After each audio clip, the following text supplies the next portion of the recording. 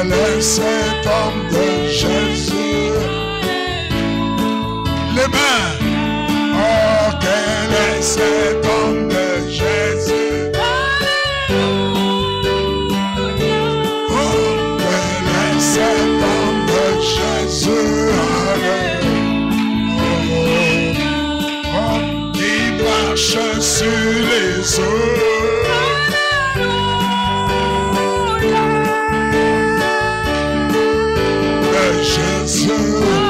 Alléluia.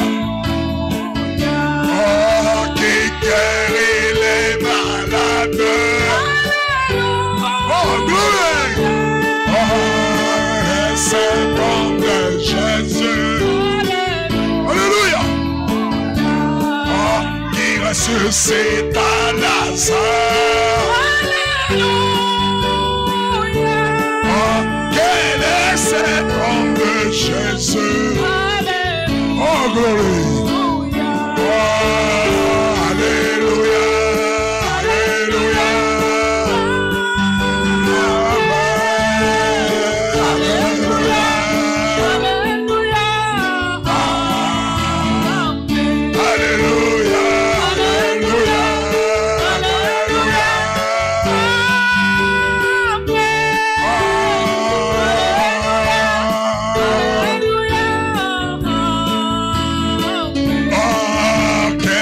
Cet homme de Jésus. Oh, quel est cet homme de Jésus. Oh, qui sauve les pécheurs. Oh, quel est cet homme de Jésus.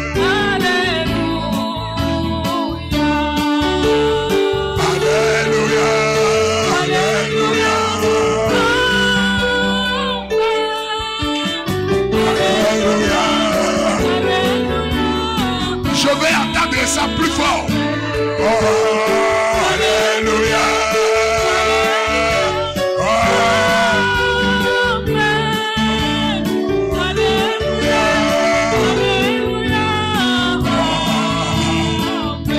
Oh, quel est cet homme de Jésus. Quel est cet homme de Jésus. L'alpha et l'oméga. Oh,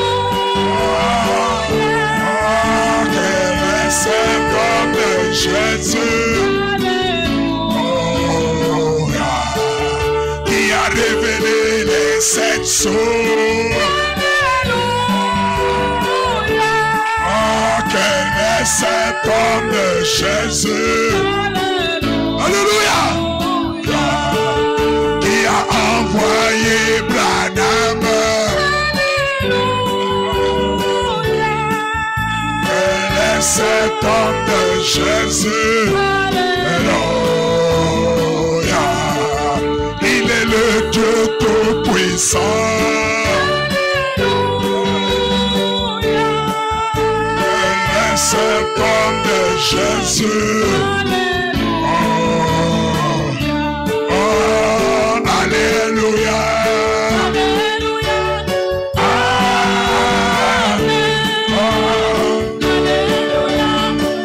Alléluia. Les mains. Alléluia.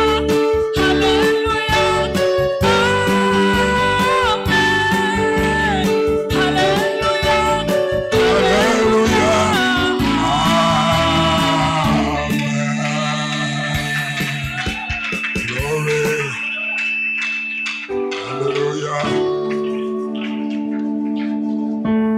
Alléluia. Alléluia. Il est le Dieu tout-puissant. Alléluia. Quel est cet homme de Jésus? Alléluia.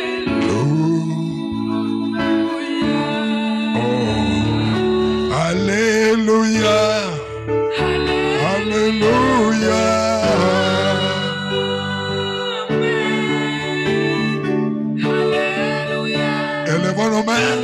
tuzamure ibiganza byacu.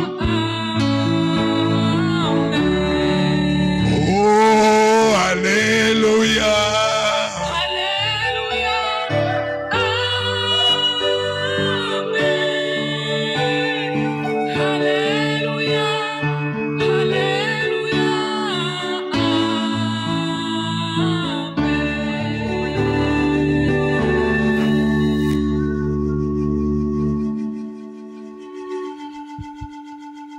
Tu es l'unique Dieu, Ni wowe Mana yonyine, le seul vrai Dieu, ni wowe Mana yonyine y'ukuri, le Dieu de la Bible, Imana ya Bibiliya, le Dieu de l'Ancien et du Nouveau Testament. Imana y'isezerano rishya n'irya kera.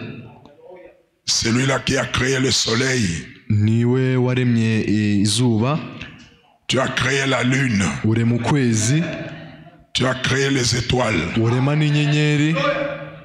C'est toi qui nourris chaque chair. Ni wowe ugaburira ibiremwa byose, Les animaux dans les champs, inyamaswa mu ishyamba, quand ils ont faim, ils crient à toi iyo zishonje ni wowe zitakira et tu leur donnes à manger. kandi ukazigaburira. C'est toi aussi qui nourris les oiseaux du ciel. Ni wowe ugaburira n'inyoni zo mu kirere. C'est encore toi qui nourris les poissons de la mer. Ni wowe ugaburira n'amafi mu nyanja. Et nous aussi, Kandi natwe c'est toujours toi qui nous nourris. ni wowe utugaburira. Tu es le grand Dieu, Uri Imana ikomeye, le Dieu formidable, Imana ihebuje, le Dieu merveilleux, Imana nziza, le Dieu que nous aimons tant, Imana dukunda cyane, le Dieu qui ne peut pas mentir, Imana itajibeshya, le Dieu qui dit toujours la vérité. Imana ivuga ukuri igihe cyose. Nous voulons t'acclamer ce soir. Turashaka gukomera amashyi uyu mugoroba. Reçois la gloire Akira amashimwe parce que tu le mérites kubera ko réellement. urayakwiriye. Seigneur, Mwami, au temps ancien, mu gihe cya kera tu vivais dans l'arche que les sacrificateurs du temps de Moïse portaient. wabaga mu nkuge abatambyi bo muri Isirayeli batwaraga. Cette arche-là, Iyo nkuge, un jour les Philistins l'ont volée. iyo sanduku isezerano umunsi umwe abafilisitiya barayibye, Ils ont amené ça dans leur temple. bayijyana mu rusengero rwabo. Lorsqu'ils se sont réveillés le matin, Noneho bakangutse mu gitondo ils étaient étonnés tous baratangara bose que leur statue, ko ikigirwamana cyabo qu'ils appelaient Dagon, bitaga Dagoni, qui était une statue, cyari ikigirwamana, et ils avaient placé l'arche à côté de la statue de Dagon. kandi bari barafashe iyo sanduku bayishyira iruhande rw'icyo kigirwamana cya Dagoni. Et quand ils sont venus le matin, Baje mu gitondo ils ont trouvé que la statue s'est agenouillée basanga icyo kigirwamana cyapfukamye, devant l'arche de l'alliance. cyapfukamiye iyo sanduku y'isezerano. Ils n'ont pas compris Ntibabisobanukiwe comment Dagon peut s'agenouiller. buryo ki Dagoni ashobora gupfukama, Parce que le vrai Dieu était entré là-bas. kubera ko Imana nyakuri yari yinjiye mwaho ngaho. Et là où le vrai Dieu entre, Kandi aho Imana nzima yinjira, tout genou doit fléchir. amavi yose agomba gupfukama. C'est pourquoi nous sommes heureux Niyo mpamvu duhiriwe de servir ce Dieu-là. gukorera iyo Mana. Je suis heureux Ndahiriwe de prêcher ce Dieu-là. yo kubwiriza iyo Mana. Je suis heureux Ndahiriwe d'être devant des gens kuba imbere y'abantu qui croient en ce Dieu-là. bizera iyo Mana. Ainsi reçoit la gloire Rero akira icyubahiro dans tout ce qui va se passer ici. muri bu bikorerwe hano byose, Au nom de Jésus-Christ. mu izina rya Yesu Kristo. Amen. Amen. Amen. Alléluia.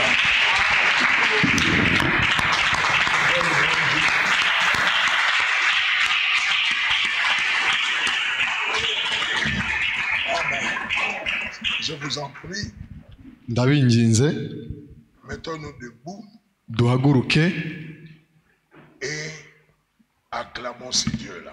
dukomere amashyi yo Mana.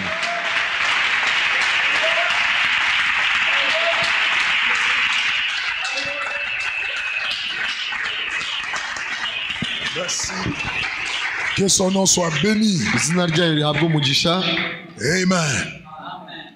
Je vous salue, vous pouvez vous asseoir. Ndabasuhuje mushobora kwicara.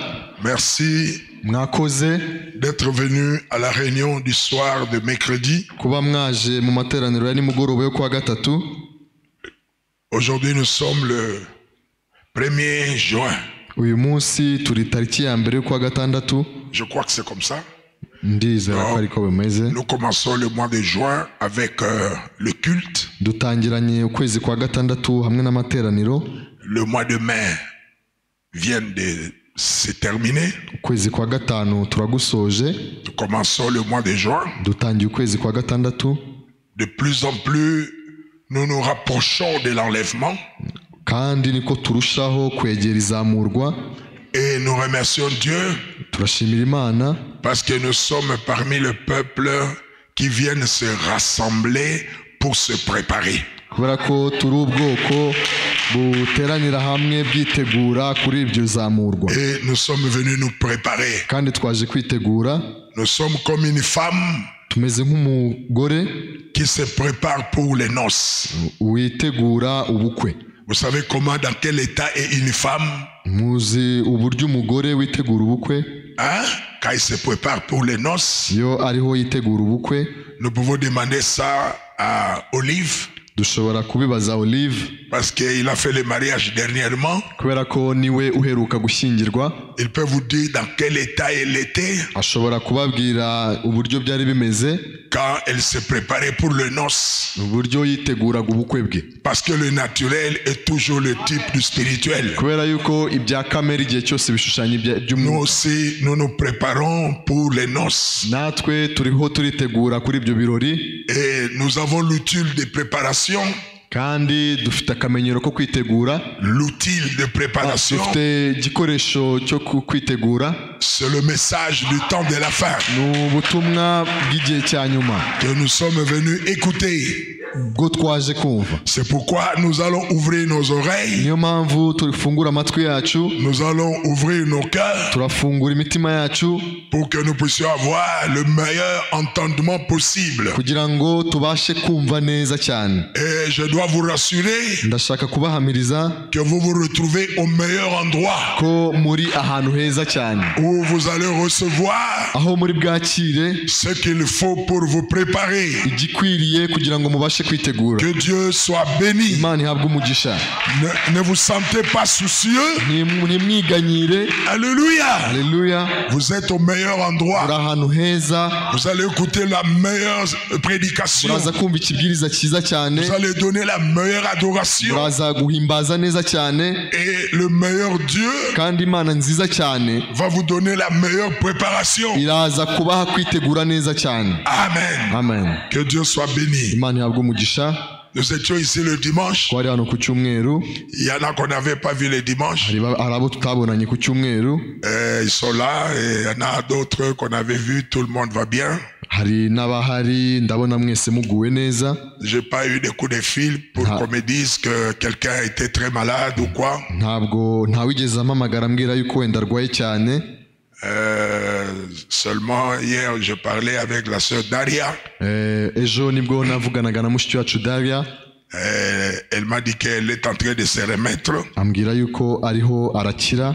Elle m'a dit qu'elle était vraiment très malade, sinon on allait apprendre qu'elle est partie. Yambwiye yuko yararembye cyane, twari no kumva yuko yitabye Imana, Mais Dieu la garde encore. ariko Imana iracyamurinze. Nous remercions Dieu. Dushimiye Imana. J'ai pas de nouvelles, peut-être, je sais pas si Faustin peut avoir ça. Les nouvelles de la sœur Chantal, elle est toujours dans le coma. Nta makuru mfite, sinzi niba Chantal akiri muri koma. Tu fais ça, je ne comprends pas. Tu ne sais rien. Tu ne sais pas si elle est sortie ou comment, tu ne sais rien. Elle est toujours à l'hôpital, toujours dans le coma, elle ne s'est pas encore réveillée. Quelqu'un a une nouvelle sur Chantal ici? Quelqu'un? Oui, c'est comment? Dis-moi un peu les nouvelles. Faites-moi répertorier ça, ce qu'elle va dire. Amézate Chantal? umugabo we yamubwiye ko ameze neza. Umugabo we yamubwiye ko ameze neza. Ameze neza. Maintenant ça va. Donc ameze neza. Selon ce que son mari a dit. Ah, que le Seigneur soit loué. Nous remercions Dieu pour ça. Imana ishimwe cyane ku bw'ibyo. J'avais lu ça moi aussi sur le groupe des Bride of Christ. Nanjye nari nabisomye muri groupe ya Bride of Christ. C'est aussi le frère Justin qui travaille avec Paul qui m'avait appris ça aussi, que Chantal était vraiment très malade dans les comas. Mais comme nous apprenons par son mari, j'ai pas eu le temps de téléphoner, j'étais occupé. Alors je crois qu'elle va bien. Vraiment, j'ai beaucoup prié pour elle. C'est notre sœur bien-aimée, c'est notre fille.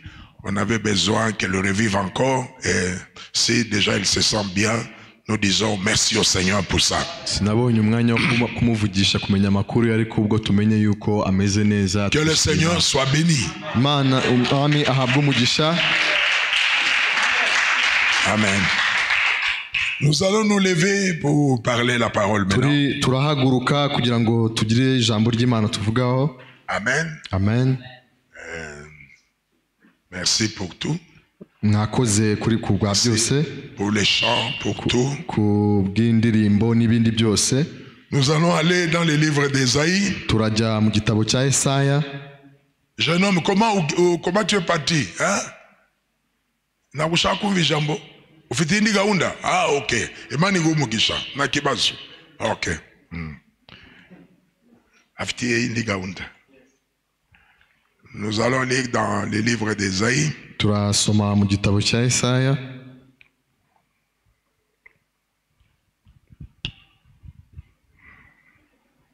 Chapitre 6. Yesaya igice cya 6.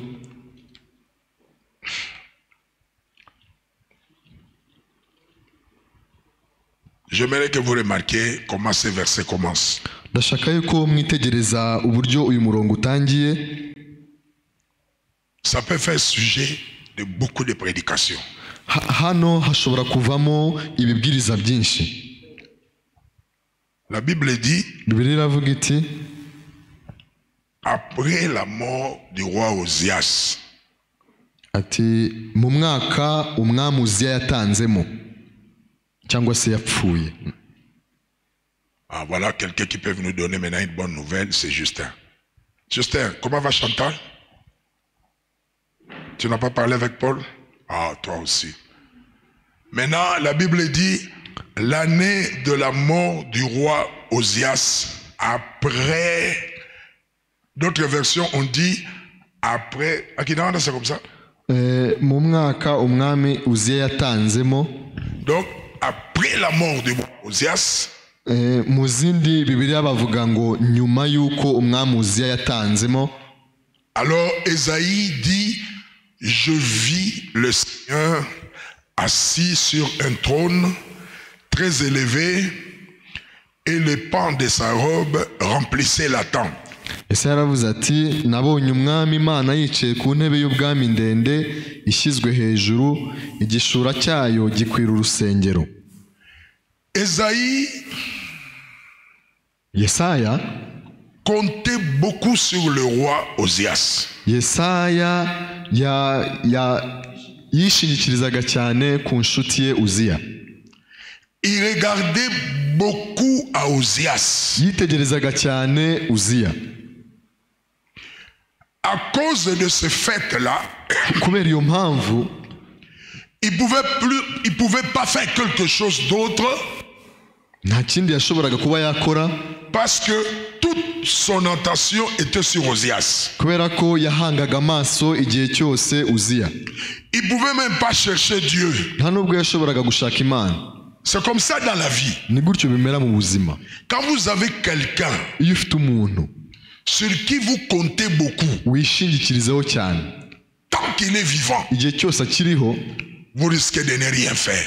uba ufite ibyago byo kutagira icyo ukora. Mais souvent, les gens se réveillent après la mort de la personne sur qui ils s'appuyaient beaucoup. ariko akenshi aba umuntu akanguka igihe wa muntu yishingikirizagaho amaze kwitaba Imana. Tant qu'il est vivant, igihe cyose akiriho on ne voit pas loin. ntabwo uba ureba kure. On ne reconnaît même pas ce qu'on a. nta nubwo uha agaciro k'ikintu ufite. Parce que tu as quelqu'un que tu regardes souvent. kubera yuko ufite uwo wishingikirizaho cyane. Dans le naturel, c'est comme ça. mu bya kamere ni gutyo bigenda. Tu regardes, tu comptes beaucoup sur tel, sur papa, sur ton oncle, sur ton ami. wenda se ukishingikiriza kuri papa wawe cyangwa se so wanyu cyangwa se inshuti yawe. Mais il faut que Dieu le retire un peu. ariko bisaba yuko Imana imwisubiza gato. Alors quand il est retiré, noneho Imana imwisubije, alors là il y a maintenant prise de conscience. noneho nibwo ugarura ubwenge. Ce jeune homme Esaïe, uyu musore Yesaya il était déjà un prophète. yari umuhanuzi. Il avait en lui le don de prophétie. yari afite impano y'ubuhanuzi muri we. Il était né prophète. yavutse ari umuhanuzi. Mais il ne pouvait rien faire. ariko ntacyo yashoboraga gukora. Tout le temps qu'Ozias était là, igihe cyose Uziya yari agihari, il était là seulement regardant Ozias. yari aho ngaho gusa amwitegereza. Au palais, regardant Ozias. ibwami yitegereza Uziya. Même jusqu'au jour où Ozias est entré dans le temple, il était là. kugeza ubwo na Uziya yinjiye mu rusengero, Yesaya yari ahari. Il était là. yari ahari. Ozias. Uziya. Ozias était pour lui comme un héros. Uziya kuri we yari ameze nk'intwari. Il s'appuyait beaucoup sur Ozias. yishingikirizaga cyane kuri Uziya. Mais après la mort d'Ozias, ariko nyuma y'uko Uziya atanze, si Dieu veut vous utiliser Imana ishaka kubakoresha, et qu'il y a quelqu'un sur laquelle vous vous appuyez beaucoup, Dieu peut retirer cette personne-là. Imana ishatse kugukoresha ukaba ufite umuntu wishingikirizaho cyane, Imana Je ishobora voulais kumusubiza. utiliser Esaïe. Imana ishaka gukoresha Uziya. Esaïe devait devenir un grand prophète. Yesaya yagombaga kuba Mais umuhanuzi il ukomeye. regardait beaucoup à Ozias. ariko yitegerezaga cyane Uziya. Après la mort d'Ozias, ati nyuma y'uko umwami Uziya atanzemo, les yeux d'aigle amaso y'ikizu d'Esaïe ya Yesaya s'ouvrent maintenant. arahumuka. Est-ce que vous me suivez? Murankurikira. Juste après la mort d'Ozias, nyuma y'uko umwami atanze, quand Dieu a frappé Ozias, igihe Imana yakubise Uziya à cause de l'orgueil d'Ozias, kubera ubwibone bwa Uziya, Ozias est mort. Uziya amaze gutanga, Alors, noneho les yeux d'aigle amaso y'ikizu ou le ministère cyangwa se umurimo de Esaïe wa Yesaya s'ouvre maintenant. Esaïe voit une vision. amaso ye arahumuka, Il voit maintenant une vision. noneho abona iyerekwa. Ah, mais c'est très important. Hein? ni iby'ingenzi. Ah. Il y a des gens, hein, hari abantu ils ne peuvent pas croire à Dieu ntibashobora kwizera Imana tant qu'il a quelqu'un d'important sur qui il compte. igihe cyose afite uwo yishingikirijeho. Si tu es un enfant de Dieu, niba uri umwana w'Imana, Dieu peut le retirer Imana ishobora kumwisubiza pour que toi tu viennes à lui. kugira ngo wowe uyisange. Moi, je peux vous donner même mon témoignage. nanjye nshobora kubaha ubuhamya bwanjye. Asseyez-vous. mwicare. Amen. Je ne veux pas que vous vous fatiguez. ntabwo nshaka ko munanirwa. Dieu fait les choses comme ça. Imana niko ikora Il ibintu. y a des gens, hari abantu à cause de l'argent, kubera amafaranga ils ne peuvent pas venir à Dieu. akaba atashobora kuza ku Ils ne Mana, peuvent pas regarder aux choses de Dieu. akaba atashobora kureba ku bintu by'Imana. Dieu peut retirer ça Imana ishobora kubyisubiza, pour que tu fasses maintenant attention à lui. noneho kugira ngo uyishingikirizeho. Dieu a retiré Ozias. Imana yisubije Uziya. Dieu a frappé Imana Ozias. yakubise Uziya. Alors le prophète Esaïe noneho umuhanuzi Yesaya commence maintenant le ministère. noneho atangira umurimo we. Ici, hano au chapitre 6, ku gice cya gatandatu, quand Ozias est mort, ubwo Uziya yatanze, il voit une vision. abona iyerekwa. Quelle vision? iyerekwa rihe? Il voit le Seigneur abona umwami assis sur un trône. yicaye ku ntebe y'ubwami. Il est parti dans le ciel. yagiye mu ijuru, Il va voir un trône là-bas. azabona intebe y'ubwami. Et quand il voit le trône, nabona iyo ntebe y'ubwami, il voit le Seigneur azabona umwami assis là-bas. yicaye aho ngaho, Et les pans de sa robe kandi igice cy'ikanzu ye remplissaient méritait le temple. cyari gikwiriye urusengero. Des séraphins se tenaient au-dessus. Abaserafi bari bahagaze hejuru. Et ils avaient chacun 6 ailes. Buri wese yari afite amababa 6. 2 dont il se couvrait la face. Abiri yayatwikishirizaga mu maso he. 2 dont il se couvrait le pied. Andi yayatwikishirizaga ibirenge bye. 2 dont il se servait pour voler. Ayandi abiri yarayagurukishaga. Et il criait l'un à l'autre. Umwe avuga ijwi rirenga abwira mugenzi we. Et les séraphins disaient, asingiza ati, ça, Uwiteka Nyiringabo arera. Ça est l'Éternel des armées. Uwiteka Nyiringabo arera, arera, arera. Toute la terre est pleine de sa gloire. Isi yose yuzuye icyubahiro cye. Les portes furent ébranlées. Imfatiro z'irebe ry'umuryango ziranyeganyezwa. Par leur fondement, par la voix qui retentissait, et la maison s'est remplie de fumée. N'ijwi ry'uwavuze ijwi rirenga, inzu yose yuzura umwotsi. Alors Esaïe dit, maze ndavuga nti, malheur à moi. Ni ishyano ndapfuye we. Je suis perdu, car je suis un homme dont les lèvres sont impures. J'habite au milieu d'un peuple dont les lèvres sont impures, mais mes yeux ont vu le roi, l'Éternel des armées. Maze ndavuga nti, ni ishyano ndapfuye we, kuko ndi umunyaminwa yanduye, kandi ntuye hagati y'ubwoko bufite iminwa yanduye, kandi amaso yanjye abonye umwami Uwiteka Nyiringabo. Mais l'un des séraphins vola vers moi, tenant à la main une pierre ardente qu'il avait prise sur l'autel avec des pincettes. Maze umwe mu baserafi araguruka aza aho ndi afite ikara mu ntoki ryaka, yakuje urugarama ku gicaniro. Et il toucha ma bouche. Arikoza ku munwa. Et dit, ceci a touché tes lèvres, ton iniquité est expiée. Arambwira ati, dore irigukoze ku munwa, gukiranirwa kwawe kugukuweho. Et j'entendis la voix du Seigneur disant, qui enverrai-je? Qui marchera pour nous? Je répondis, mais voici, envoie-moi. Numva ijwi ry'umwami Imana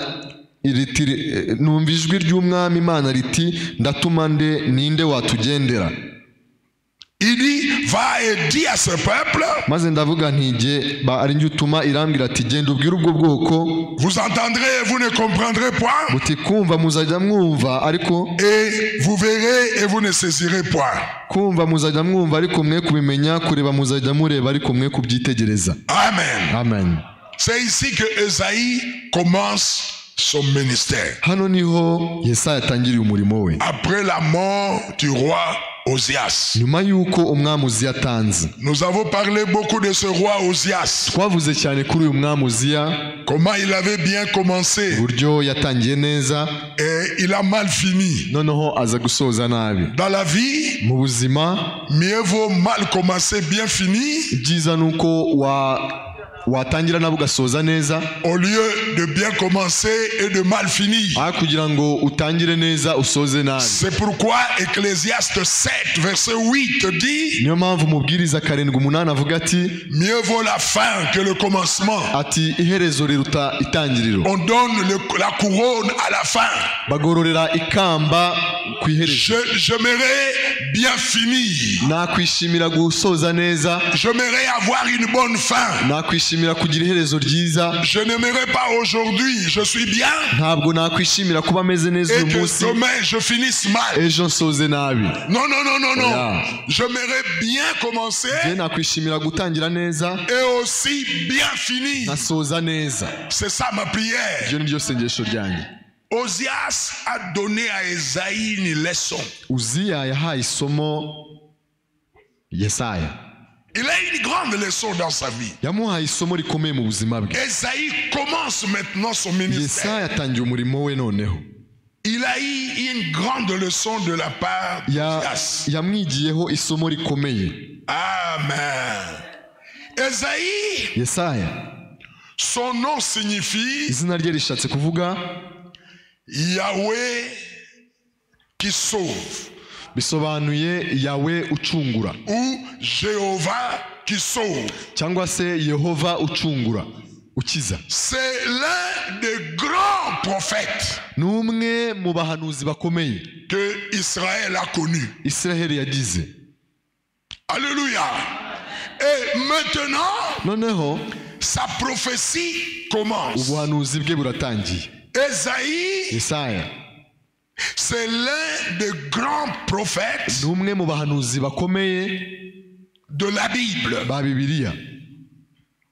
Il a écrit 66 livres, yanditse ibitabo 66, 66 chapitres, yanditse ibice 66 qui correspond aux 66 livres de la Bible. bihwanye n'ibitabo 66 bya Depuis Bibiliya, Genèse guhera ku itangiriro jusqu'à Apocalypse, kugeza ku byahishuwe, ça fait 66 livres. byose hamwe bihwanye n'ibitabo Et 66. Esaïe kandi Yesaya est le seul prophète niwe muhanuzi wenyine de tous les prophètes de mu la Bible bahanuzi bose babayeho muri Bibiliya qui a écrit beaucoup de livres. wanditse ibitabo byinshi. Il a écrit 66 chapitres. yanditse ibice 66. Vous allez me dire, et qu'en est-il de David? uzambwira ushobora kumbaza ati se bimeze bite na Dawidi? David chantait. Dawidi we yararirimbaga. David chantait. Dawidi yararirimbaga. Mais Esaïe, ariko Yesaya c'était un grand yari prophète. umuhanuzi ukomeye. Quand on cite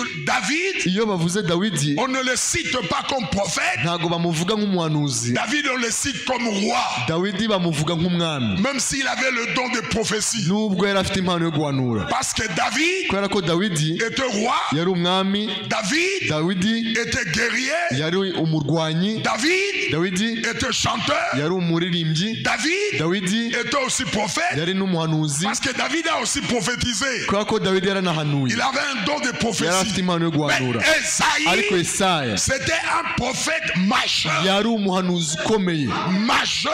umuhanuzi Au ukomeye, même rang que Moïse. ukomeye ku rwego rumwe na Au Mose, même rang que ku Jérémie. rwego rumwe na Yeremiya. De tous les prophètes mu majeurs. bahanuzi bose bakomeye, Un grand prophète. umuhanuzi ukomeye C'était Esaïe. yari Yesaya. Il a écrit toute la Bible. yanditse Bibiliya yose. Esaïe, Yesaya si vous lisez son livre, usomye igitabo cye il commence depuis la création. atangiye kukuremwa, Il commence à la création. atangiye kukuremwa Il continue. arakomeza. Oh, alléluia. Haleluya.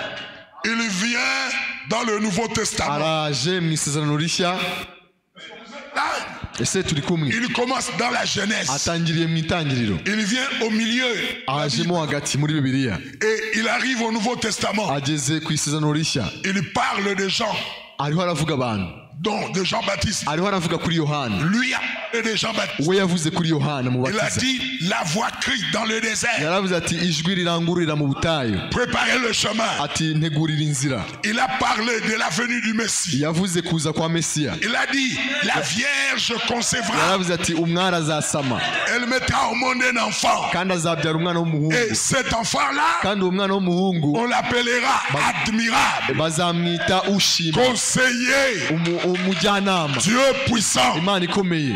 Il continue. arakomeje Il continue arakomeza dans sa prophétie. mu buhanuzi bwe, Il va jusqu'au millénium. aragenda agera mu butegetsi bw'imyaka igihumbi, Il va parler au millénium. ajya kuvuga ku butegetsi bw'imyaka Vers igihumbi. le chapitre 56, ku gice cya au 56, chapitre 50, 60. mu gice cya 60 Il termine au millénium. avuze ku butegetsi bw'imyaka igihumbi. Il a écrit toute la Bible. yanditse Bibiliya yose. Il était l'un des prophètes. yari umwe mu bahanuzi bakomeye. Dieu a trouvé en lui Imana yabonye muri we, un grand prophète. yamubonyemo umuhanuzi Et Dieu a ukomeye. voulu le susciter Imana iramuhagurutsa et l'aider à nous écrire des choses depuis le commencement jusqu'à la fin. imuhagurutsa kugira ngo yandike ibintu guhera ku itangiriro kugera ku iherezo. Amen. Amen. Mais pour que sa prophétie commence, ariko kugira ngo ubuhanuzi bwe butangire, il a fallu qu'Ozias meure. byasabye yuko umwami Uziya atanga. Est-ce que vous me comprenez? ese muransobanukiwe? Parce que nous allons encore entrer dans sa vision. kubera yuko tuzinjira mu iyerekwa rye. Il est le prophète. ni umuhanuzi. Avant de commencer, mbere yuko atangira, il entre dans la vision. yinjiye mu iyerekwa, Il voit un trône. abona intebe y'ubwami, Quelqu'un est assis là-bas. umuntu yicaye kuri iyo ntebe y'ubwami, Et quand il regarde, kandi ayibonye akomeye là sur le trône, hariya ku ntebe y'ubwami il voit des séraphins, abona abaserafi il voit les séraphins abona là-bas. abaserafi hariya. Alors maintenant David et Esaïe dit, noneho Yesaya aravuga ati moi un pécheur, ati njye munyabyaha j'ai vu Dieu. nabonye Imana. Et alors la voix lui dit, none ijwi riramubwira riti tu vas prophétiser, tuzahanura même si tu es pécheur. nubwo uri umunyabyaha. Dieu a amené une pierre, Imana yazanye ibuye, une pierre en feu. yazanye ibuye ryaka umuriro, Il a brûlé la bouche d'Esaïe yazanye ikara ryaka umuriro atwika pour umunwa wa que Esaïe Yesaya prophétise. kugira ngo Yesaya ahanure, Parce que Esaïe kuko Yesaya allait donner une grande prophétie. yari gutanga ubuhanuzi bukomeye, Mais il commence par la vision. ariko atangiranye iyerekwa. Est-ce que vous êtes avec moi? Ese turi kumwe? C'est un grand prophète, yari umuhanuzi ukomeye, très considéré. yari umuhanuzi wubashywe.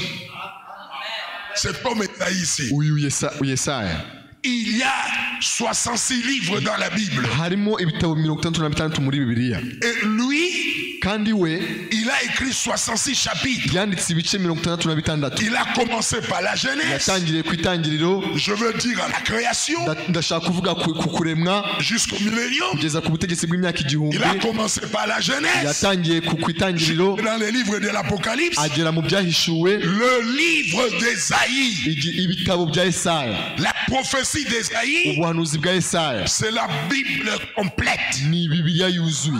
C'est un prophète de la grâce. yari umuhanuzi w'ubuntu.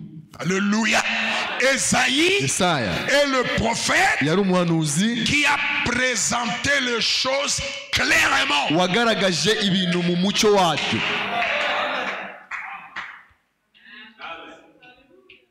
Vous me suivez bien? ese murangurikiye neza? Clairement. yabigaragaje mu mucyo. Il a même pas du sang de Jésus. yavuze ndetse no ku maraso ya Yesu.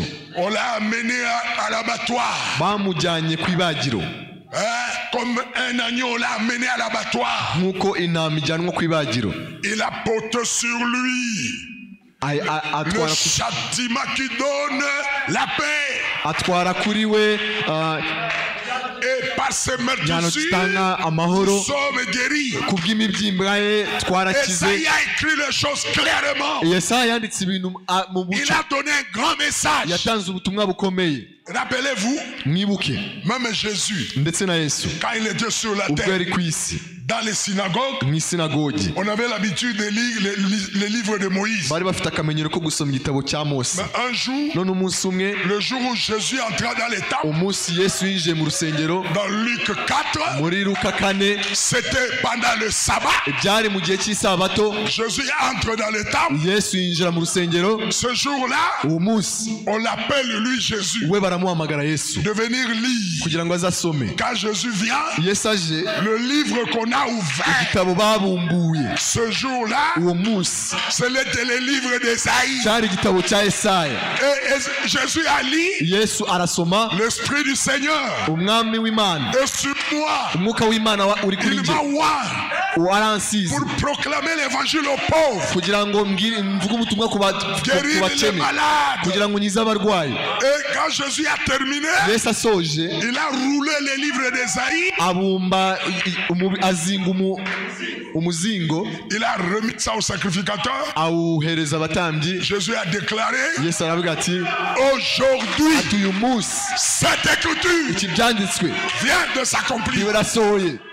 Vous voyez, murabona Ésaïe, Yesaya, sa prophétie était claire. ubuhanuzi bwe bwari bufite umucyo. Un grand prophète yari umuhanuzi ukomeye auquel les gens se sont référés. abantu bareberagaho. Rappelez-vous, mwibuke il y a dans le Nouveau Testament, mu isezerano rishya il y avait l'unique Éthiopien hariho ya nkone y'umunya-Etiyopiya qui était un grand chef militaire. wari umutware utwara abasirikare. Il venait de Jérusalem yaravuye Yerusalemu pour aller adorer. kugira ngo ajye kuramya. Pendant qu'il est, noneho ari mu nzira agenda, il lisait Ésaïe. yasomaga Yesaya. Lui aussi nawe lisait Ésaïe. yasomaga Yesaya. Donc Ésaïe, on les lisait beaucoup. Yesaya baramusomaga En cyane. lisant Ésaïe, basomaga igitabo cya Yesaya il ne comprenait pas. noneho hari wasoma igitabo ntabwo Parce que lui, il yabisobanukirwa était éthiopien. kubera ko we yari umunya-Etiyopiya. Alors Dieu noneho imana a parlé à Philippe. ivugisha Filipo, Il dit à Philippe, ibwira Filipo approche-toi de ces chars. ati egera uriya muntu, Philippe s'est approché. egera iryo gare. Il a entendu Arumva ce chef militaire uwo mutware utwara en abasirikare train de lire Esaïe. ariho arasoma igitabo cya Et Yesaya. Philippe lui demande, Noneho Filipo aramubaza est-ce que tu comprends ce que tu lis? ati se uriho urasobanukirwa ibyo uri Il usoma? dit, je le comprendrai comment? noneho aramubwira ati se nabisobanukirwa nde, Personne ne m'explique. ntafite unsobanurira. Alors Philippe noneho Filipo lui expliqua Esaïe. amusobanurira igitabo cya Yesaya. Esaïe Yesaya a dit des choses profondes. yavuze ibintu by'uburebure, 66 chapitres, ibice 66. il y a de bénédictions là-dedans. harimo imigisha myinshi. Oh, alléluia! Haleluya. Esaïe, Yesaya même aujourd'hui, ndetse n'uyu munsi quand nous prions Yo sur, dus- sur les malades, iyo dusengera abarwayi nous nous référons à Esaïe. twishingikiriza kuri Yesaya. Lorsque nous déclarons iyo tuvuze tuti que par ses meurtrissures, ati kubw'imibyimba ye nous sommes guéris. twarakize, Celui qui a dit ça, uwabivuze c'est Esaïe. Yesaya. C'est pourquoi le prophète dit, niyo mpamvu umuhanuzi avuga c'est ati un grand ati prophète ni umuhanuzi ukomeye, majeur. umuhanuzi uruta uri hejuru y'abandi ku rwego rwo hejuru. Vous êtes là? Murahari? Amen. Le livre d'Esaïe, c'est un grand livre. igitabo cya Yesaya ni igitabo gikomeye. Amen. Amen. Maintenant, noneho ese twazamuka la raison pour laquelle impamvu Dieu Imana a permis à Esaïe yemereye Yesaya d'écrire toute la Bible, yo kwandika ko yandika Bibiliya yose, c'est ce que nous allons voir maintenant. nibyo tugiye kubona nona. Pourquoi il est le seul kuki ari we wenyine qui a écrit toute la Bible? wanditse Bibiliya yose? Quelle est la raison ni iyihe mpamvu? pour laquelle Dieu impamvu yateye Imana a fait que Esaïe hamwe na Yesaya écrive toute la Bible? yemereye Yesaya ko yandika Bibiliya yose. Dieu ne fait pas les choses par hasard. Imana ntabwo ikora ibintu kubw'impanuka. Dieu fait les choses Imana ikora ibintu toujours avec raison. kubera impamvu. Pourquoi Esaïe? kubera iki Yesaya? C'est parce que ni Esaïe, ukubera ko Yesaya parmi les prophètes, we muhanuzi, celui qui a vu Dieu, ni ukubera we mu bahanuzi bose niwe wabonye Imana, et Dieu lui a appris de grandes choses. Imana imwigisha ibintu bibiri bikomeye. Il est entré dans la vision. yinjiye mu iyerekwa, Et là, dans la vision, hari mu iyerekwa Esaïe voit le séraphin. Yesaya aza kubona abaserafi. C'est lui qui a vu le séraphin. niwe wabonye abaserafi, Il n'a pas vu les anges. ntabwo yabonye abamarayika. Parlons un peu de ça. tuvuge gato kuri byo. L'ordre céleste. inzego zo mu ijuru. Qui sont les séraphins? ese abaserafi ni bantu ki? Alléluia. Au ciel, il y a un ordre. mu ijuru hariyo inzego. Au ciel, il y a un ordre. Il y a un ordre céleste. Le prophète dit dans le message, le chef-d'œuvre, il dit, au ciel, nous voyons les corps célestes. umuhanuzi arabivuga mu kibwiriza yese umurimo urangiye yuko mu ijuru hariyo imibiri yo mu ijuru, Les étoiles, hari inyenyeri, ils sont différents les unes des autres. ziratandukanye hagati yazo. Il y a Mars, il y a Jupiter, hari Mars, Jupiter, il y a tous les corps célestes. hariho n'indi mibumbe myinshi, Il y a le soleil hari izuba, qui est différent de la lune. izuba itandukanye n'ukwezi. Au ciel, mu ijuru il y a les anges, hariyo abamarayika, il y a le séraphin hariyo n'abaserafi, et les chérubins. hakaba n'abakerubi. Ils ne sont pas identiques. ntabwo bameze kimwe. Il y a les anges, hari abamarayika, il y a le séraphin hari abaserafi, et il y a le chérubin. hakaba n'abakerubi. Il y a les anges, hari abamarayika, ils ont des rangs. bafite inzego, Ils ont des rangs. bafite inzego. Il y a les anges, hari abamarayika, il y a le séraphin. hari abaserafi. Même nous, ndetse natwe Dieu nous a créés différents. imana yaturemye bitandukanye, Nous ne sommes pas identiques. ntabwo tumeze kimwe. Dieu nous a fait différents. Imana yaturemye bitandukanye Parce qu'il est le Dieu des variétés. kuko ni imana y'ibintu bitandukanye. Il y a des gens noirs, hari abirabura, hari abantu birabura, il y a des gens clairs, hari n'abantu b'inzobe, il y a des gens courts, hari abantu bagufi, et il y a des gens élancés. hari abantu barebare. Nous ne sommes pas identiques. Ntabwo tumeze kimwe. Même au ciel, Ndetse no mu ijuru, là où Esaïe vit la vision, aho Yesaya yabonye iyerekwa, là devant le trône, hari imbere y'intebe y'ubwami, quand il est allé dans la présence de Dieu, yinjiye kugaragara kw'Imana, il y a aussi un ordre là-bas. hariyo inzego naho. Il y a les anges, Hari abamarayika, il y a le séraphin. hari abaserafi. Vous devez être capable d'expliquer ça. Mugomba kubasha gusobanura ibyo bintu. C'est pourquoi Malachie 4 est venu. Niyo mpamvu Malaki 4 yaje. Et à la voix du 7e ange, Noneho ku ijwi rya marayika wa karindwi, quand les 7 sceaux seront dévoilés, ubwo ibimenyetso birindwi bizabumburwa, toute la Bible sera claire. Bibiliya izaba isobanutse. Les théologiens confondent tout. Abateolojiya bibatera urujijo. Quand ils sont là, séraphin, ange, ils ne Iyo connaissent bari pas. aho ngaho abaserafi n'abamarayika Là-bas bibatera au urujijo. ciel, il y a des rangs. Hariya mu ijuru hari inzego, Ange, séraphin. abamarayika, abaserafi. Alléluia. Haleluya. Il dit il y a des rangs là-bas. Ati hari inzego, On a fait des montagnes conformes. nk'uko Imana yaremye imisozi n'ibindi. Maintenant, dans les êtres angéliques, Noneho mu biremwa byo mu ijuru il y a des anges, hari abamarayika, il y a des chérubins, hari abakerubi, il y a des séraphins. hari n'abaserafi. Il y a une différence là-bas. Harimo itandukaniro hariya. Lui a vu le séraphin. We yabonye abaserafi. Qui sont le séraphin? Abaserafi ni bantu ki? A observé. We yitegereje. Qui avait 6 ailes. Bari bafite amababa atandatu. Il n'a pas vu les anges. Ntabwo yabonye abamarayika. Les anges Abamarayika n'ont pas des ailes. nta mababa bagira. C'est le séraphin. Ni abaserafi Ils bayagira. en ont 6. Bafite amababa atandatu. 2, ils se couvrent la face.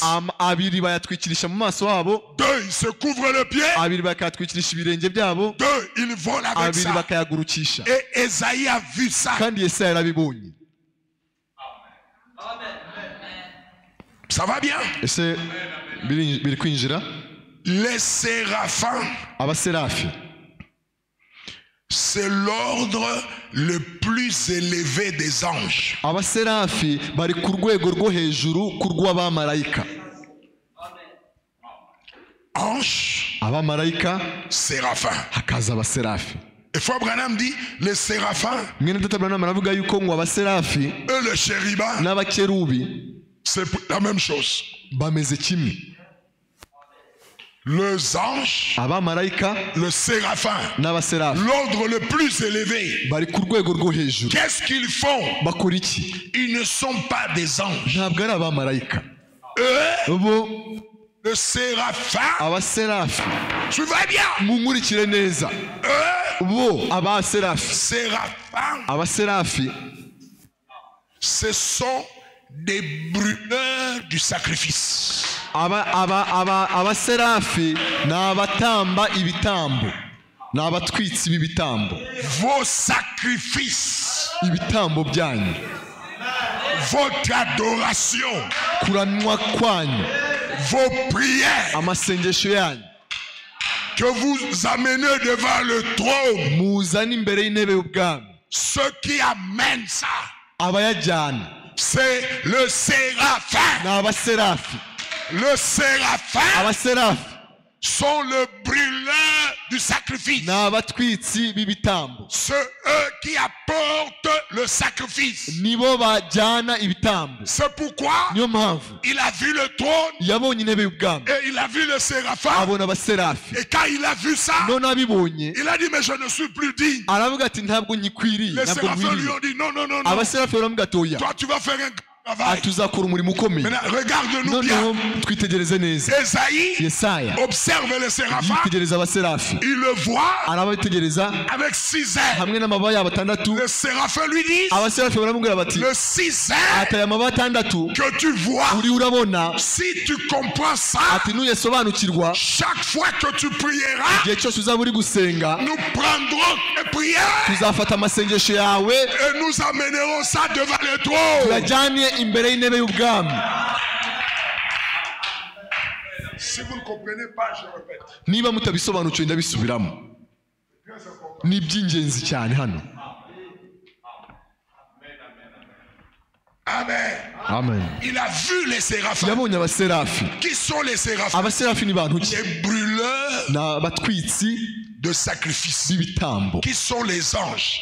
Abamarayika ni bantu ki? Les gardiens. Ni abaturinda. Les anges Abamarayika ni abarinzi. sont des gardiens. Ni abarinzi. Le séraphin, Abaserafi le brûleur ni abatwitsi de sacrifice. b'ibitambo. C'est-à-dire, Bishatse kuvuga ils prennent bafata vos sacrifices, ibitambo byanyu, votre adoration, kuramya kwanyu, et ils amènent ça au trône. bakabijyana ku ntebe y'ubwami.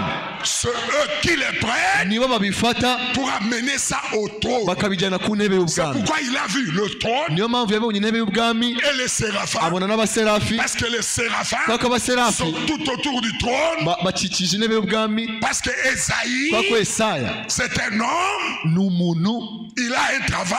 yari afite umurimo. Le travail d'Esaïe, Umurimo wa Yesaya c'était d'accéder dans cette présence-là. wari ukwinjira muri uku kugaragara. C'est pourquoi il a vu les séraphins. Niyo mpamvu yabonye abaserafi. Combien comprennent ça? Ni bande bariho babisobanukirwa? Combien comprennent le Ni bande nom babisobanukiwe? céleste? Il y a un nom. Ni bande basobanukiwe inzego zo mu ijuru? Même les hommes ont fait des ordres. Ndetse n'abantu bashyizeho inzego. Même dans l'armée, Ndetse no mu gisirikare il y a l'ordre. harimo inzego. Il y a les GP. Hari abajepe. Et puis il y a qui encore? Et les soldats. Hakaba n'abasirikare basanzwe. Et des policiers. Hakaba n'abapolisi. Il y a policiers. Hari abapolisi. Il y a les soldats. Hakaba abasirikare. Et puis il y a la garde présidentielle. Hakaba n'abarinda umukuru w'igihugu. Les soldats là Abo basirikare, n'est pas un garde présidentiel. umusirikare usanzwe ntabwo ahwanye na wundi urinda Il umukuru n'est pas w'igihugu. tout près du président. Ntabwo aba iruhande rw'umukuru w'igihugu. Non, non, non, non, non. Oya. Lui, il est là partout. We aba ari aho ngaho, Il est en train de se promener. aba ari aho ngaho atembera, En train de faire le patron. ariho acunga umutekano. À Gikondo. Gikondo. Il est là assis quand il est fatigué. Noneho yananirwa, Mais il y en a d'autres. ariko hari abandi Eux, ils sont toujours à côté du bo président. igihe cyose baba iruhande Et rw'umukuru ils w'igihugu. ont leur titre. Bafite uko babita. Garde présidentiel. Babita abarinzi b'umukuru w'igihugu. C'est ce que le diable a copié, il a amené ici. Nibyo Satani yakopeye mu ijuru abizanye hano ku isi. C'est ce qui se passe là. Nibyo bibera mu ijuru. Là aussi, Hara mu il y a ijuru les anges. hariyo abamarayika. Les anges Abamarayika sont là pour faire la protection. bari aho ngaho kubwo kurinda. Vous me touchez, Unkozeho, l'ange est là. umumarayika ari aho ngaho. Pendant que je dors, Igihe ndyamye, l'ange est là. marayika bari aho ngaho. Pendant que je me promène, Iyo ngendagenda, l'ange est là. marayika bari hafi aho ngaho. Et la Bible dit, Bibiliya iravuga iti, il est là ati arahari pour m'arracher du danger. kugira ngo anyize icyago. Quand il y a un danger, Iyo hari icyago, il m'arrache. arakinyiza. Et quand les démons Iyo amadayimoni viennent, aje ils veulent m'attaquer, ashatse kuntera, les anges sont là. abamarayika baba bari aho ngaho. Il est question Iyo haje, d'aller dans la présence de Dieu, iyo bisaba kujya mu kugaragara kw'Imana, amener mon sacrifice. kujyana igitambo cyanjye, L'église suit. ese itorero rirakurikiye, Amener ma prière. kujyana isengesho ryanjye, Amener mon adoration. kujyana kuramya kwanjye, Celui qui reçoit ça, ubitwara ni abaserafi. c'est les séraphins qui reçoivent ça. Ni abaserafi Et bayajyana. voilà ce qu'Esaïe a vu. Nibyo Yesaya yabonye. Donc Esaïe, Yesaya, c'est pourquoi la prophétie d'Esaïe, niyo mpamvu ubuhanuzi bwa Yesaya c'est une prophétie qui nous amène directement dans la présence de Dieu. ni ubuhanuzi buhita butujyana neza neza mu kugaragara Il a kw'Imana. vu une grande vision. Yabonye iyerekwa rikomeye. Amen. Amen. Amen. amen. Je l'ai dit dimanche, je ne fais que terminer. nabivuze ku cyumweru ndiho ndabisubiramo, Je veux que vous le reteniez ndashaka bien. yuko mubifata C'est neza. ce qu'il a vu là-bas. Nibyo yabonye hariya, Lui, Esaïe. we Yesaya. Vous voyez, Murabona les séraphins, abaserafi, ce sont, Branham dit, ce sont les chérubins. Branham aravuga ati bameze kimwe nk'abakerubi. On les appelle aussi chérubins. babita abakerubi. Amen. Amen. Mais ce ne sont pas les anges. Ariko ntabwo ari abamarayika. Ils sont là babaho pour accorder à ceux qui se sont repentis. bari aho ngaho kugira ngo basubize babandi bihannye. On va sommer ça comme ça, on va interpréter Moussou Basiki. Et les séraphins. Les séraphins, à Chanien de mots français, ce sont les chérubins qui brûlent le sacrifice. Ils sont là pour accorder à ceux qui se sont repentis le droit d'accès à l'autel. abaserafi ni kimwe nk'abakerubi. Okay. Kandi abaserafi ni abatwitsi b'ibitambo. Okay. abaserafi rero baberaho guha uburenganzira umuntu wese wihannye, Okay. kugira ngo abashe kwinjira aho ngaho batambira, ku gicaniro aho batambira. Baha umuntu wese wihannye uburenganzira bwo kwinjira ku gicaniro. C'est pourquoi Esaïe a dit, niyo mpamvu Yesaya yavuze ati je suis pas digne. ati ntabwo nkwiriye. Et directement, ako kanya une pierre ibuye en feu ikara ry'umuriro l'a brûlé. riramutwika. Le séraphin abaserafi ont brûlé sa langue. batwika ururimi rwe, umunwa we. Maintenant, il a dit, aravuga ati maintenant tu peux parler. ati none ushobora kuvuga. Parce que les séraphins, kwa ko abaserafi quand vous vous repentez, iyo wihannye, après te repentir, nyuma y'uko umaze kwihana, et que vous amenez le sacrifice, none ugatamba igitambo, maintenant eux bo vous permettent baguha uburenganzira, à ce que votre sacrifice baguha uburenganzira kugira ngo igitambo cyawe accède à l'autel, au trône. cyemerwe ku gicaniro y'intebe y'ubwami. Qui font ça? Ni bande babikora? Qui font ça? Ni bande babikora? Les séraphins. abaserafi.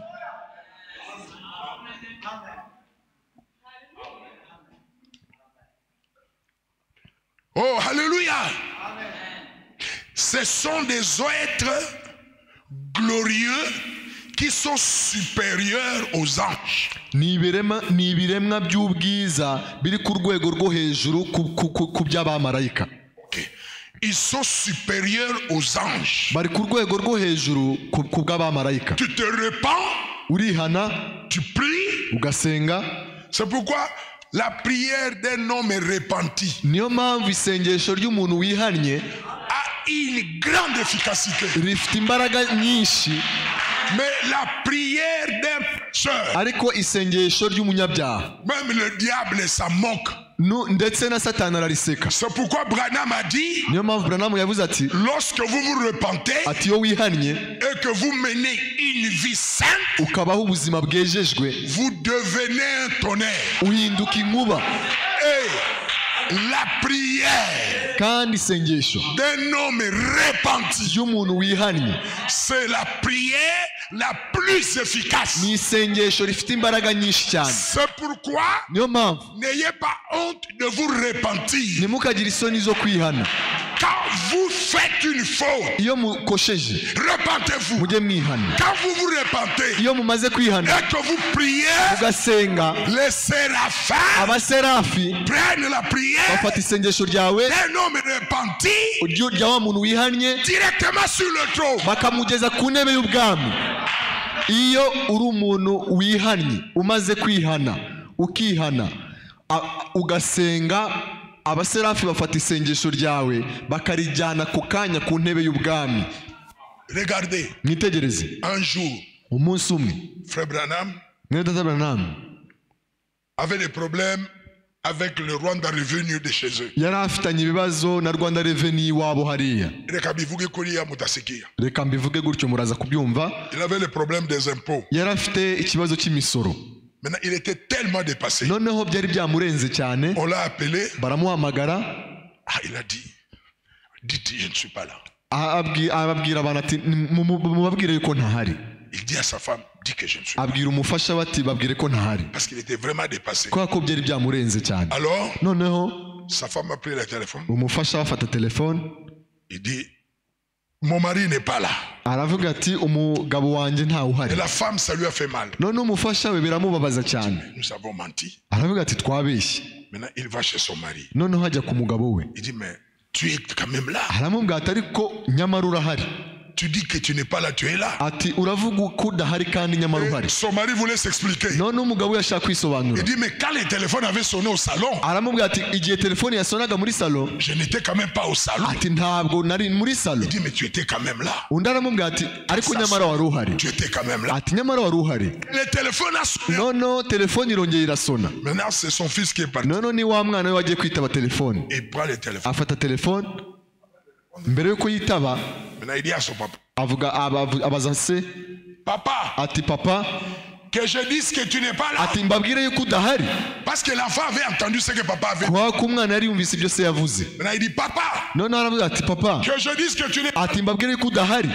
Papa dit, oh Seigneur. papa aravuga ati uwo mwami, Il dit, non, non, non. ati oya, Lui-même, il est venu. we ubwo araza Il a pris le téléphone. afata telefone. Il pensait que c'est le service des impôts. we yari azi yuko ari ba bantu bishyuza imisoro, Oh, ce n'était pas ça. kandi ntabwo bari bo, On l'appelait pour prier pour les malades. ahubwo bari bamuhamagaye kugira ngo asengere umurwayi. Il devait prier pour les malades. yagombaga gusengera umurwayi. Prends le téléphone. afata telefone, Allô? aritaba alo, Révérend, bati reverend, mon enfant est très malade. ati umwana wanjye ararembye, Si tu peux venir prier pour lui. ati ushobora kuza kumusengera. Quand il a entendu ça, none abyumvise, il a déposé le téléphone. arambika telefone, Il a ariruka là où on l'a appelé prier pour les malades. aho bari bamuhamagaye kujya gusengera umurwayi. ahageze Il a pris l'enfant. afata umwana, Il voulait prier. agiye gusenga, Une voix lui dit, ijwi riramubwira riti les séraphins ne feront rien. ati abaserafi ntacyo bari bukore, Ils n'amèneront pas cette prière devant le trône. ntabwo bari bujyane iryo sengesho ku ntebe y'ubwami. Tu as menti. kuko wabeshye, C'est une prière qui ne sera pas ni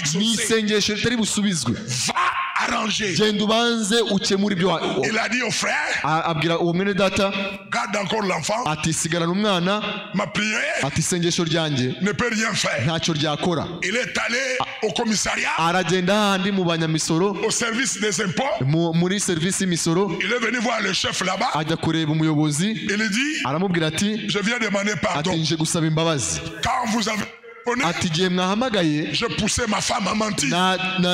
nateye umugore wanjye kubeshya, Je mentis. nabeshye, Pardonnez-moi. mumbabarire. J'étais là quand vous avez prié, igihe mwahamagaye nari mpari, mais j'ai menti. ariko nabeshye. Alors le chef lui a dit, noneho umuyobozi aramubwira ati vraiment, j'ai plus confiance en ati ni toi. ukuri ndushijeho kukugirira Je icyizere, te pardonne. ati ndakubabariye. Il a dit merci. none aramubwira ati Il est urakoze, retourné là-bas. asubira hahandi, Maintenant, il a pris l'enfant. afashe umwana, Il a dit, Seigneur, aravuga ati mwami, j'ai arrangé ati que natunganyije, cet enfant ati uyu mwana soit guéri akire au nom de mu Jésus-Christ. izina rya Yesu Kristo. Et je vous dis, ndababwira yuko la prière d'un homme repenti, isengesho ry'umuntu wihannye c'est la prière la plus ni efficace. isengesho rifite imbaraga nyinshi. Pourquoi? kubera iki? Parce que quand il prie, kuko yasenze, le séraphin abaserafi font leur travail. bakora umurimo wabo.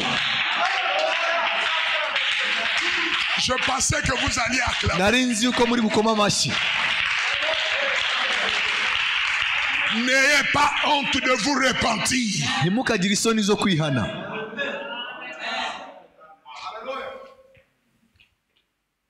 N'ayez pas honte de demander pardon. ntimukagire isoni zo gusaba imbabazi. Paul a dit ça. Pawulo yarabivuze Que Dieu n'exauce pas les pécheurs. ko Imana itajya isubiza amasengesho y'abanyabyaha. Que quelqu'un dise Amen. hajya uvuga amen. Mais quand un homme est pieux, ariko umuntu wubaha Imana, sa prière est efficace. isengesho rye riba rikomeye. Et quand vous êtes vraiment quelqu'un qui croit en Dieu, kandi iyo uri umuntu wizera neza neza Imana, si vous péchez, iyo ukoze icyaha vous ne resterez pas tranquille. ntabwo uzagira amahoro. Vous allez sentir en vous, uzumva muri wowe, vous-même vous le sentirez. mwebwe ubwanyu muzabyumva. Quand vous priez, noneho iyo usenze, la prière ne passe pas. isengesho ntabwo rizamuka. C'est pourquoi niyo mpamvu ce soir je vais vous dire, uyu mugoroba ndashaka kubabwira apprenez à vous repentir. mwige kwihana. Amen. Amen. Tu es tombé, répands-toi. Ukaba waguye ihane. Les gens vont se moquer de vous. Ntukagire isoni, abantu Mais bazaguseka. toi tu connais l'importance. Ariko wowe uzi akamaro kabyo. Laissez-les se moquer. Bareke baguseke. Eux, ils ne savent pas. Bo ntago babizi. Toi, tu as la révélation Wowe ufite guhishurirwa que si je me repens, ko iyo nihanye, alors là maintenant, ako kanya ma prière, isengesho ryanjye le séraphin prenne ça abaserafi barifata directement bakarijyana devant le trône. imbere y'intebe y'ubwami. La chose la plus difficile Ikintu gigoye cyane, à un homme de faire, ikintu kigora umuntu gukora c'est repentir. ni ukwihana, Gusaba imbabazi. gusaba imbabazi. Mais les gens Ariko abantu bakunda kwirenzaho. bakunda kurenzaho. Kurenzaho. Bye kurenzaho. Kurenzaho ntabwo ari kwihana.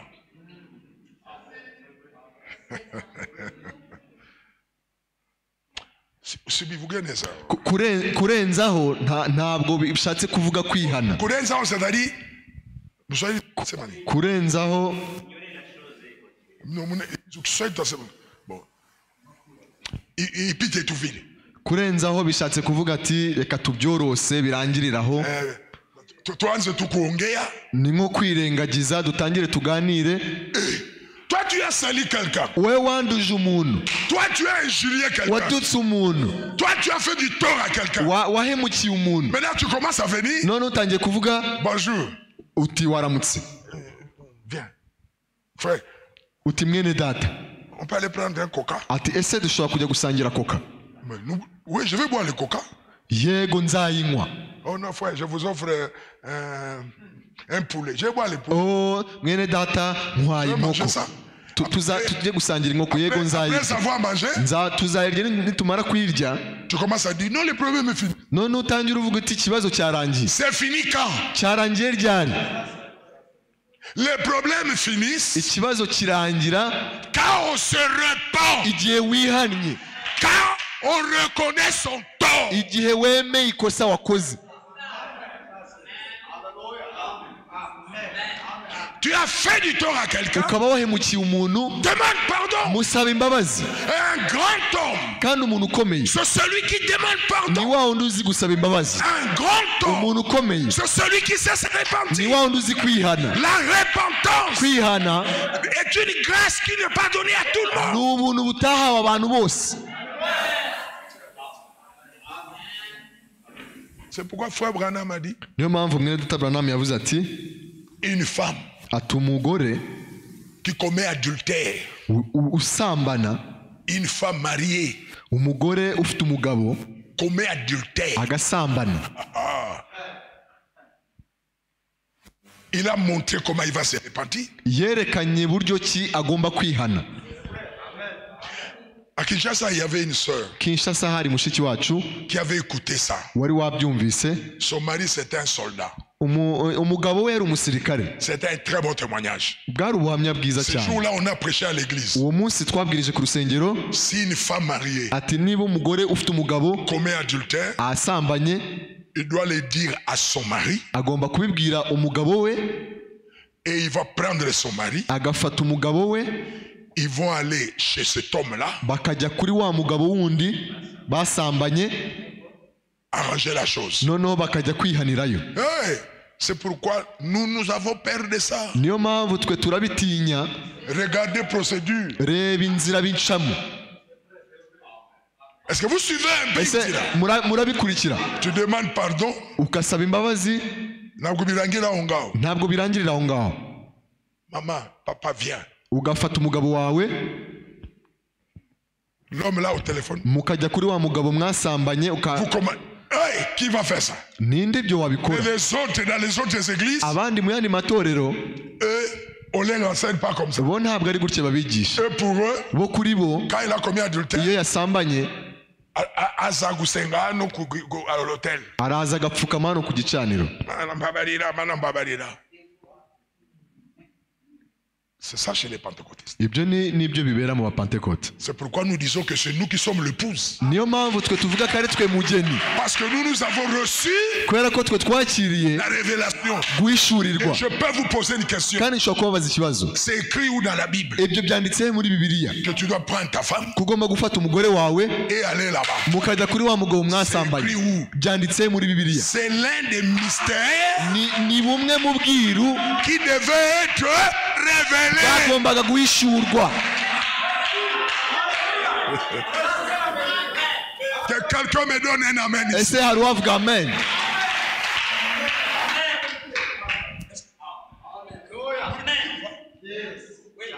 Voilà pourquoi on a expliqué. ni bande bariho babyumva. Maintenant, cette sœur-là, none uwo mushiki wacu, ese dusoze, cette sœur-là, uwo mushiki wacu à Kinshasa, i Kinshasa il a entendu ça. amaze kubyumva, Son mari, c'était un officier. umugabo we yari umuofisiye mu gisirikare. Il avait toujours les revolvers à la maison. yahoranaga imbunde iwe mu rugo. Comme officier, il se promenait avec son pistolet. nk'umusirikare w'urwego rwo hejuru yagendanaga imbunda igihe Quand la cyose. sœur a entendu noneho uwo mushiki wacu yumvise ibyo ça bintu l'a touché. bimukora ku mutima, Il a dit, Seigneur, donne-moi la force. aravuga ati mwami mpa imbaraga. Il va à l'église. agiye ku rusengero, Le cœur lui dit, va arranger. umutima uramubwira ati uramuhata ati genda wihane. Il vient, il regarde son mari. yakwitegereza umugabo we, Il pense au pistolet. agahita atekereza kuri ya mbunda. Il connaît son mari. azi umugabo we, Il dort. akiryamira. Ça fait au moins plus d'une semaine. noneho bimara icyumweru La cyose. deuxième semaine, icyumweru cya kabiri, la nuit, nijoro il lui manque le sommeil. abura ibitotsi. C'est la sœur qui donnait le témoignage. ni uwo mushiki wacu watangaga ubwo buhamya. Elle dort. araryama, Répands-toi. ijwi rikamubwira ati ugomba kwihana. Arrange ça. ati ihane. Si que je meurs, noneho aravuga ati ninshake mfe. cette voix me dérange. ati iri jwi rimbujije amahoro. Chérie, akangura umugabo we. il dormait profondément. yari asinziriye cyane umugabo we. Chérie, aramunyeganyeza. none umugabo we arakanguka. il y a quoi? aramuha ati se bimeze Il biti? y a quoi? Tu me ati remets la nuit. ni iki kunkangura? Je vais te parler. ati ndashaka kukubwira, aricyo nshaka kukubwira. Tu peux pas attendre le matin. ati ntabwo wategereza mu gitondo? Il dit, je peux pas dormir. undi ati ntabwo nabasha Je gusinzira. vais te parler. ati ndashaka kuvugisha. Ça va, ça va. ati nta kibazo.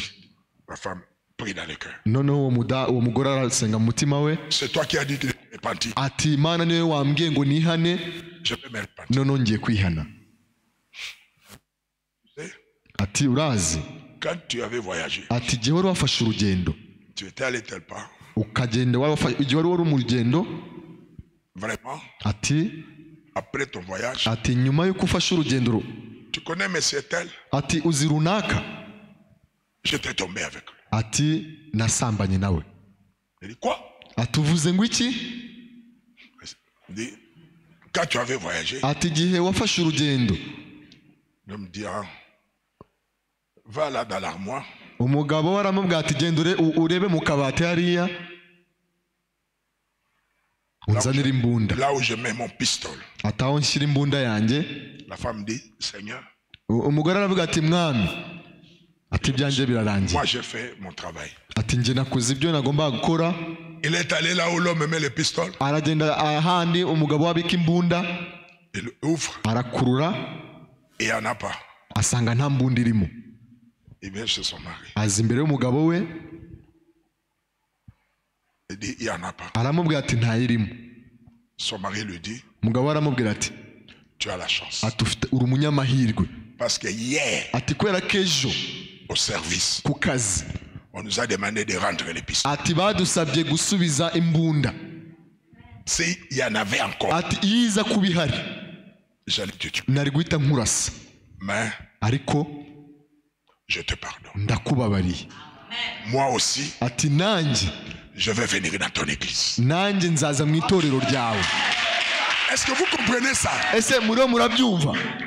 Quand quelqu'un veut se repentir, iyo umuntu ashaka kwihana, Dieu est toujours dedans. imana igihe cyose ibi birimo. Ne craignez jamais de vous repentir. ntimugatinye kwihana. Que quelqu'un me dise Alléluia. ese hari uwavuga aleluya?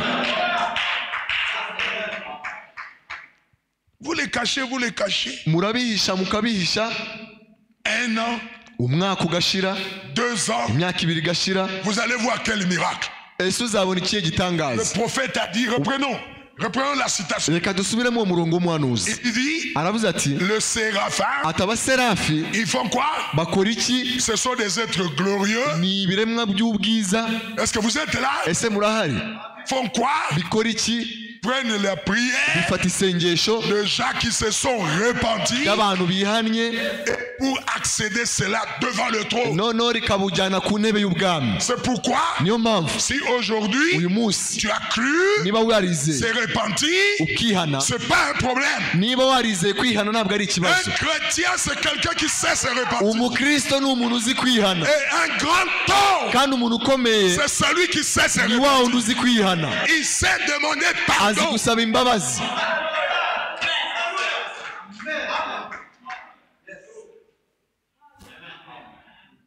Amen. Amen.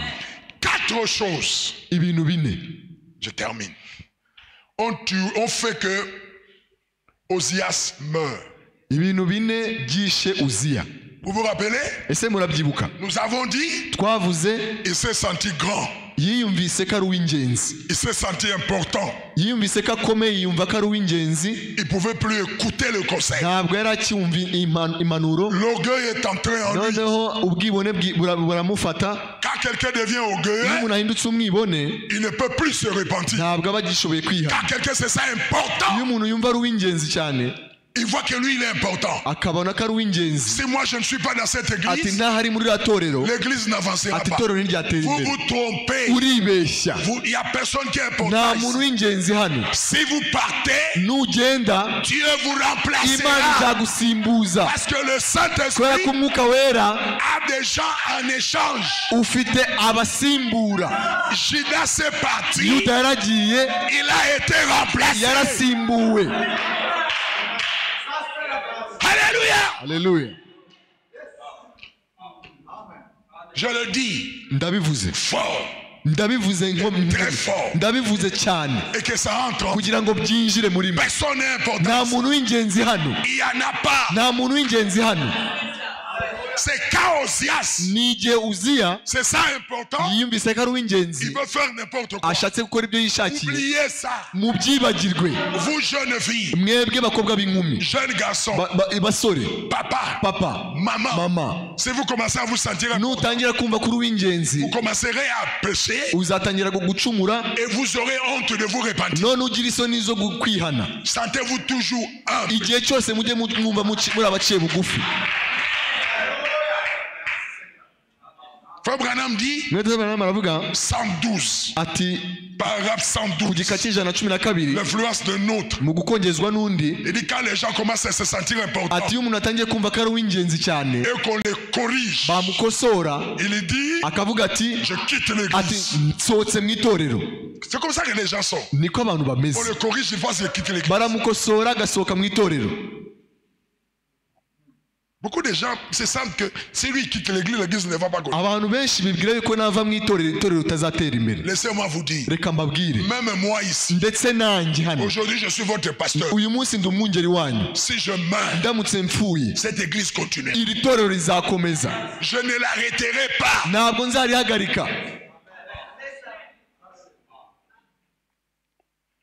Oh non, moi je suis important. Oh, ndi uw'ingenzi Je cyane. donne beaucoup d'argent. Oh, ntanga amafaranga menshi cyane, Surtout les gens qui ont l'argent. cyane cyane ba bandi batanga amafaranga Quand menshi. dans l'église, Iyo mu itorero les riches sont là, abakire binjiye, le pasteur a des problèmes. umwungeri ahura n'ibibazo, Parce que ce sont des gens qui donnent beaucoup. kubera ko ni ba bandi batanga amafaranga Et menshi, quand ils donnent beaucoup, kandi iyo batanga menshi ils se conduisent comme Osias. bitwara nka Uziya, Ils commencent aussi à entrer dans les choses de la prédication. batangira kwinjira mu bintu byo kubwiriza. C'est eux qui viennent souvent, Nibo kenshi bakunze kuza en tout cas pasteur, bakavuga bati pastor, tel que tu as prêché là, ati uburyo wabwirije hariya je n'étais pas content. ntabwo nanezerewe.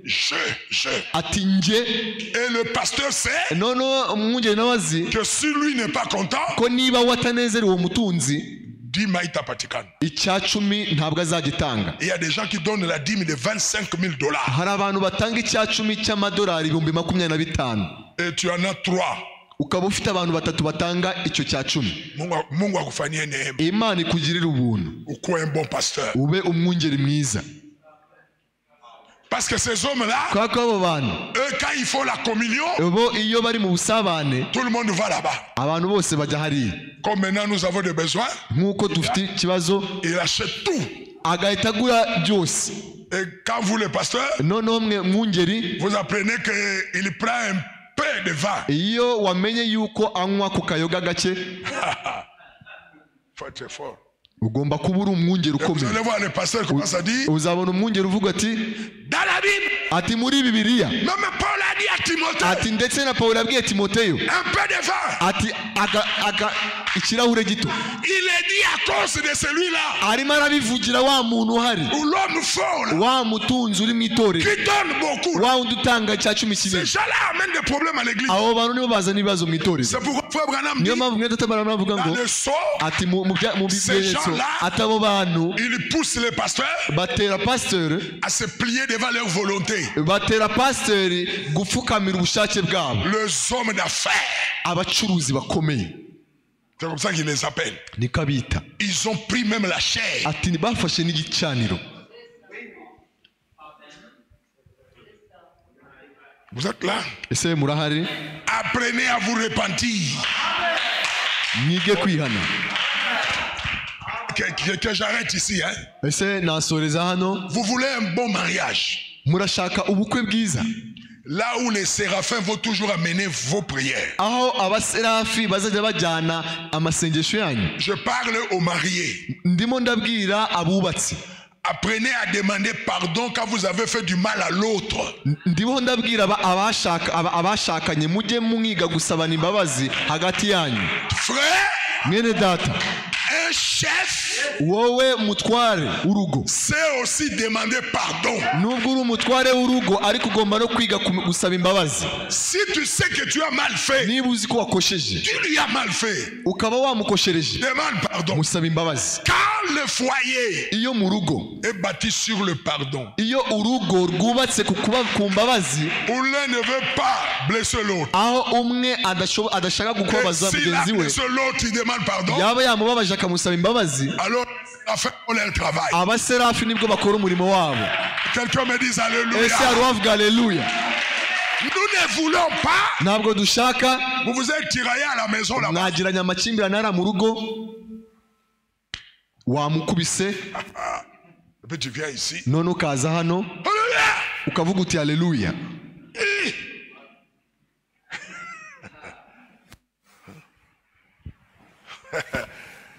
Un jour, il y a un frère. Umunsi umwe hari mwene data On est allé les visiter. twagiye kumusura iwe. Les frères, moi j'étais pas là. Les frères étaient allés. Ni bene data bagiye kumusura, njye ntabwo nari mpari.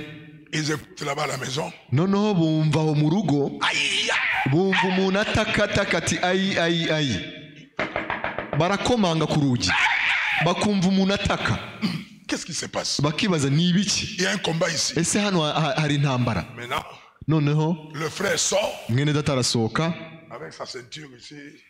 noneho umukandara uri ku bitugu bye, Il est en train de mettre sa ceinture. ariho yambara umukandara we, Il ouvre la porte. arafungura umuryango. Le frère lui demande, Abene data baramubaza mais pourquoi la sœur criait? bati ese kuki mushiki wacu yatakaga?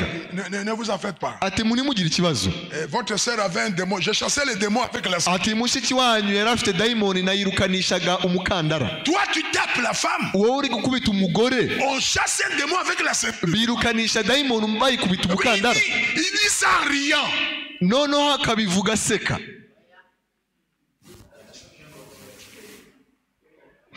En riant. Aseka. Quelqu'un ne sait pas prier. Le diable, je vous jure. Noneho ugashaka gusenga. Le diable craint les hommes saints. Satani atinya abantu bera. C'est pourquoi apprenez cette leçon. Niyo mpamvu mwige iri somo. Contrôlez-vous. mujye mwitwararika, Vivez une vie sainte. mubeho ubuzima C'est bwejejwe. avec cette vision Ni hamwe n'iryo yerekwa, que Esaïe a commencé son ministère. ni hamwe n'iryo yerekwa Yesaya yatangiranye umurimo we. Pour qu'il vole, Kugira ngo abashe kuguruka, il devait cacher la face, yagombaga kwitwikira mu maso, cacher le pied, agatwikira ibirenge bye. c'est-à-dire Bishatse kuvuga cacher la face. gutwikira mu maso, bishatse kuvuga C'est le respect, n'est-ce pas? ni ukubaha, Et cacher le pied, noneho gutwikira ibirenge c'est ni l'humilité. uguca bugufi. Amen. Amen. Que le Seigneur vous bénisse. Umwami abaho umugisha.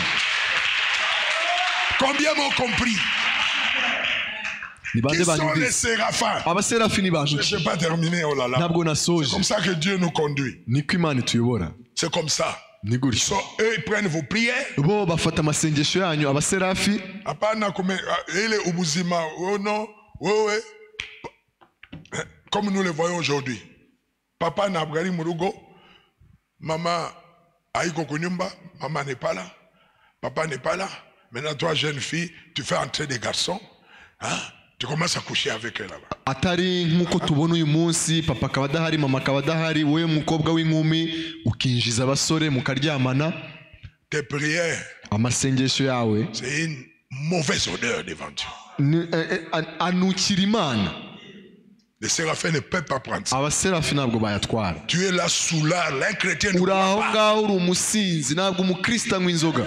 Il ne boit pas. Ntabwo anywa inzoga. Tu es là, Ukaba uri aho ils ne ngaho, vont pas monter. C'est pourquoi ntabwo bazazamuka. Niyo Dieu nous mpamvu fasse grâce Imana itugirira ubuntu, de mener une vie sainte. tubeho ubuzima Nos bwejejwe prières soient exaucées. kugira ngo amasengesho yanyu asubizwe. Voilà la vision d'Ésaïe. Dore iyerekwa rya Yesaya. Je n'ai même pas terminé. Ntabwo nasoje, Je suis allé dans beaucoup de choses. nagiye mu bintu byinshi. Ésaïe, ce grand prophète, Yesaya umuhanuzi ukomeye commence avec cette grande vision. atangiranye hamwe na rino yerekwa, Il voit les séraphins ijwi ry'abaserafi. Abona abaserafi, qui criaient Saint. abona abaserafi basingizaga Imana bavuga bati uwera, Saint uwera est l'Éternel. Uwiteka C'est-à-dire Nyiringabo. pour entrer dans sa présence, Kugira ngo winjire mu kugaragara kwe, pour que vos prières entrent là-bas, kugira ngo amasengesho yacu agereyo, comme lui il est saint, nk'uko we yera, vous aussi, namwe vous devez être saint. mugomba kuba mwera. Soyez saints. Mwere, Fuyez le péché. muhunge icyaha, Ne vous amusez pas avec ça. ntimugakine n'icyaha, Ne parlez pas n'importe quoi. ntimukavuge ibyo mwiboneye, Ça va vous retarder. bizabakerereza. Ayez du respect. Mwubahe, Respect envers le serviteur de Dieu. mwubahe abagaragu b'Imana. Vous voyez quelqu'un, Ukabona umuntu il commence à mal parler des serviteurs de Dieu. ariho aravuga nabi umugaragu À w'Imana, mal parler des akaba serviteurs. ariho aravuga nabi abantu b'Imana. Faites-lui taire ou bien fuyez, allez loin. Ujye umucecekesha cyangwa umuhungire kure. N'acceptez pas ça. Ntukabyemere Si vous voulez travailler avec les séraphins. niba ushaka gukorana n'abaserafi. Mettons-nous debout. Duhaguruke, Fuyez le péché. muhunge icyaha. Jeunes filles, Nkumi, bakobwa b'inkumi, ne donnez pas votre corps à n'importe qui. ntimugahe umubiri wanyu uwo mwiboneye wese. Ne donnez pas vos corps à n'importe qui. Ntimugahe imibiri yanyu abo mubonye bose. Vos corps sont sacrés. Imibiri yanyu irera. Je m'adresse aux jeunes filles Niho maintenant. ndabwira abakobwa b'inkumi, Surtout vous les jeunes filles. cyane cyane mwebwe bakobwa b'inkumi. Dans l'âge où Satan est en train d'exposer la femme. Mu gisekuru aho Satani ari kwambika ubusa umugore, Travaillez avec les séraphins. mukorane n'abaserafi, Soyez purs. mube abantu bera. Ne donnez pas vos corps à n'importe qui. Ntimugahe imibiri yanyu abo mubonye bose, Surtout pas à cause de l'argent. cyane cyane kubera amafaranga. Vos corps sont saints. Imibiri yanyu irera, Ne le vendez pas. ntimukayigurishe. Tu prends ton corps, tu montres à tout le monde. Ugafata umubiri wawe ukawereka umuntu uwo ari we wese, Parce qu'il parle bien, tu lui donnes le corps. kubera ko avuga neza ukamuha umubiri wawe. Je ne veux pas ces filles. ntabwo nshaka abakobwa bameze batyo. Ils ne verront jamais leur prière être exaucée. ntabwo bazabona amasengesho yabo asubizwa. Soyez purs. Muhinduke Pour abera que les séraphins kugira ngo abaserafi amènent vos prières devant Dieu. bajyane amasengesho yanyu ku ntebe y'ubwami. Hein, jeune garçon? musore, Toujours regardant la nudité des femmes. ukaba igihe cyose ureba ubwambure bw'abagore. Toujours. igihe cyose Tu as regardé hier, ukaba warebye ejo, encore demain. n'ejo ukongera ukareba, Et surtout si à Kigali, cyane cyane hano i Kigali, vous jetez les regards ici, ukareba hano ku ruhande, mini-jupe, ukabona umuntu wambaye minijipo, ugatera ijisho hariya hirya, en culotte jeans. ukabona umuntu wambaye ikabutura Là y'ijinsi, devant, ukareba imbere, sexy. ukabona yambaye Et sexy, des très belles femmes qui sont ici dehors. hamwe n'abagore beza hano hanze. Demandez à Dieu, Musabe Imana comme tu as fait avec Esaïe. nk'uko wabigenje na Yesaya. Esaïe a vu une pierre Yesaya abonye ikara, ardente ikara ryaka umuriro qui est venue sur lui. ryaje kuri we. Envoie-moi aussi le feu nanjye nyoherereza iryo kara pour que je sois pur. kugira ngo mpinduke umuntu wera. C'est possible. birashoboka, birashoboka, Être pur. birashoboka kwera, birashoboka, Possible, jeune garçon. birashoboka musore. Tu dois étonner les gens. ugomba gutangaza Les abantu, gens doivent étonner. abantu bagomba gutangara, Et ils doivent demander, bakabaza bati tu es dans quelle église? ati ese uri muri itorero? Je vous dis la vérité. ndababwiza ukuri, Je connais beaucoup de filles nzi abakobwa benshi qui ont amené beaucoup de gens à l'église. bazanye abantu benshi mu itorero, Ils se sont convertis barizera à cause de leur vie. kubera ubuzima bwabo. Là où ils étudient, aho biga, les garçons les ont cherchés. aho bigaga abahungu barabashakaga Ils ne les ont pas trouvés. ntibababona, Et ils ont demandé, noneho barabaza vous êtes de quelle église? bati se murabo muri Et itorero? ils leur ont dit, barababwira bati nous avons reçu le message Oméga, ati twakira ubutumwa bwa Omega, le message du temps de la femme. ubutumwa bw'ubuhera. Un prophète est venu umuhanuzi yaraje préparer une épouse gutegura umugeni pour l'enlèvement. kubwo kuzamuka. Si nous nous préparons, natwe nitwitegura, nous ne devons pas jouer. ntabwo tugomba gukina. Quelqu'un qui se prépare, umuntu witegura il ne peut pas être distrait. ntabwo arangara. C'est vous ni mwebwe qui devez amener les gens ici. mwagombye kuzana abantu Cette hano. église sera remplie par vous. iri torero rizuzuzwa namwe, Ça doit être rempli. rigomba kuzura. Nous avons la mission dufite umurimo de remplir cette salle wo kuzuza iki cyumba, de beaucoup de gens. tukacyuzuza abantu benshi. C'est nous qui devons le ni faire. twebwe tuzabikora. Je vous le montrerai dimanche. nzabibereka ko cyumweru La mission que nous avons. umurimo dufite. Si quelqu'un ne convainc pas, n'influence pas, niba umuntu adashobora gukongeza, Dieu lui demandera niba umuntu adashobora gukongeza undi muntu, Imana au izabimubaza, jour du jugement. izabimubaza ku munsi w'urubanza. Tu dois passer. ugomba kugenda, Pousse les gens de vouloir devenir comme toi. uburyo ugenda bigomba gutera abantu kumera nkawe. Tu travailles, aho ukorera les gens veulent être comme toi. abantu bagashaka kumera nkawe. Tu dois inviter tes amis. ugomba gutumira inshuti zawe. Tu dois vivre de telle manière ugomba kubaho mu buzima que tu donnes aux gens la soif. butera abandi inyota. Et quelqu'un qui est comme ça, kandi umuntu umeze atyo, je n'ai pas dit que vous ne ferez pas de fautes, ntabwo navuze ko mutazakosa, mais j'ai dit que vous vous repentirez. ariko navuze ko muzihana. Et vous ne devez pas tomber avec la même chose tous kandi les jours. ntabwo mugomba kugwa igihe cyose mu cyaha kimwe, Tous les jours une chose, tous les jours. igihe cyose ukagwa mu cyaha kimwe. Non. oya, Quand même vaincre. ugomba kunesha. Seigneur, envoie le feu. mwami ohereza umuriro. Élevons nos mains. tuzamure ibiganza byacu, Nous voulons traiter avec les séraphins tugiye gukorana n'abaserafi qui brûlent ma langue, batwika umunwa wanjye, qui brûlent mon cœur, batwika umutima wanjye, afin que je sois saint, kugira ngo mpinduke uwera, afin que je sache demander pardon, kugira ngo menye gusaba imbabazi, que je sache me repentir. menye kwihana. Élevez vos mains. muzamure ibiganza byanyu. Tu es là, hein? ukaba uri aho ngaho. Tes prières, tu verras les miracles comment? ese ni ryari uzabona amasengesho yawe asubijwe? Toujours tangaza. soulard. igihe cyose ukaba uri umusinzi, uri umusinzi, wahindutse umusinzi ruharwa. Demande le feu. saba umuriro. Tu dépenses l'argent dans la boisson, umarana amafaranga yawe mu nzoga igihe cyose. uri umuneguranye igihe cyose. Repentez-vous.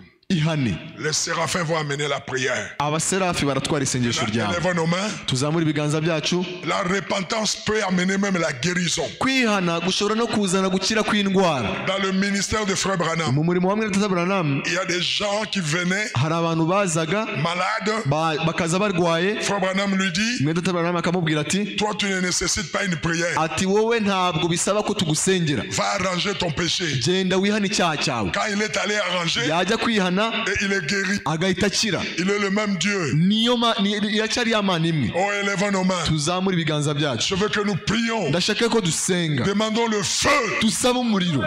Que le séraphin Abaserafi qui ont envoyé la pierre. Vous allez lire Ésaïe 6. muraza gusoma muri Yesaya 6 Comment la pierre ardente uburyo ikara ryaka umuriro a brûlé Ésaïe. ryatwitse Yesaya. Et Ésaïe a commencé le ministère. Yesaya atangira umurimo we. Ne soyez pas hypocrites. Ntimukabe indyarya. Vivant n'importe comment. Mubayeho ubuzima mwiboneye bwose. Alléluia. Que quelqu'un dise à Dieu un mot dans la prière. Mugire icyo mubwira Imana mu isengesho. Vous devez aussi. Une jeune fille dit à Dieu quelque chose dans la prière. Umukobwa w'inkumi gira icyo ubwira Imana mu isengesho. Dis à Dieu quelque chose dans la prière. Gira icyo ubwira Imana mu isengesho. Nous voulons rentrer à la maison. Turashaka gutaha imuhira. Disons à Dieu quelque chose dans la prière. Tugire icyo tubwira Imana mu isengesho. Seigneur, uti mwami, je vais travailler avec le séraphin. Ndashaka gukorana n'abaserafi. Comme Ésaïe. Na Yesaya. Et vous avez compris ce que font les séraphins. Kandi mwasobanukiwe umurimo w'abaserafi. Que chacun prie. Buri wese asenge. Prie pour toi-même. Isengere wowe ubwawe. Prie pour ton réveil. Sengera ububyutse bwawe. Prie pour que le feu descende. Senga umuriro umanuke. Pour que toi tu influences les gens. Kugira ngo ukongeze abandi. Oh, alléluia. Alléluia. Si dans ton église où tu vas, niba mwitorera aho usengera, on ne te prêche pas comme ça, batakubwiriza gutyo, c'est qu'on ne te prêche pas la vérité. Nuko batakubwiriza ukuri. Mais ce soir, ariko uyu mugoroba, repens-toi ihane pour travailler avec le kugira ngo ukorane n'abaserafi. Dieu t'appelle. Imana iraguhamagara. Dieu t'appelle. Imana iraguhamagara. Dis Seigneur, uvuge uti mwami, je viens d'entendre ta voix. maze kumva ijwi ryawe. Je viens d'entendre ta voix. maze kumva ijwi ryawe. En tout cas, il faut que les choses changent. Noneho ibintu bigomba guhinduka. Alors qu'on nous joue la musique douce. Mu gihe baducurangira umuziki utuje. Musicien, mucuranzi, joue-nous la douce musique. ducurangira umuziki utuje cyane. Douce musique alors que les gens prient. Utuje mu gihe abantu bariho basenga. Ça ne demande pas de crier. Ntabwo bisaba ngo usakuze. Dis seulement un mot. Vuga ijambo rimwe. Quelque chose peut se faire. Ikintu gishobora kubaho.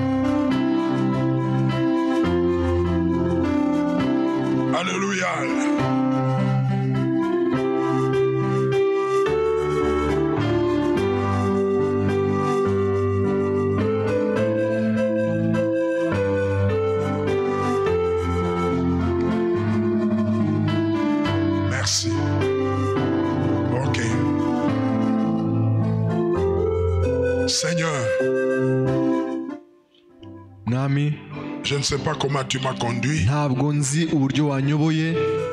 Mais je crois que c'est le Saint-Esprit ariko ndizera ko ari umwuka wera qui a voulu que je parle comme ça. washatse ko mvuga ntya. Touche le cœur de tes enfants. Kora ku mitima y'abana bawe. S'il y a quelqu'un niba hari umuntu que tu as vu ce soir wabonye uyu mugoroba qui a des choses à arranger, ufite ibyo gutunganya, ne le laisse pas tranquille ntutume agira amahoro jusqu'à ce qu'il arrange ça. kugeza ubwo ari bwihane. Fais le Seigneur. Mwami bikore. Nous venons de voir tumaze kubona l'ordre céleste. inzego zo mu ijuru. Il y a les anges, hari abamarayika, il y a les séraphins, hari abaserafi, et le prophète il dit ce sont en même temps les chérubins. kandi umuhanuzi avuze yuko bameze kimwe nk'abakerubi. Merci parce que tu nous apprends ces choses. Urakoze mwami ko utwigishije bino bintu. Merci Seigneur. Urakoze mwami. Tes enfants ont entendu. Abana bawe bumvise. Maintenant ils veulent rentrer. Nono bashaka gutaha. Rentre avec eux. Utahane nabo. Pour la gloire de ton nom. Kubw'ikuzo ry'izina ryawe. Que cette parole soit bénie dans leur cœur. Iri jambo rihabwe umugisha mu mitima yabo. Au nom de Jésus-Christ. Izina rya Yesu Kristo. Amen. Amen. Amen. Amen. Pouvez vous asseoir.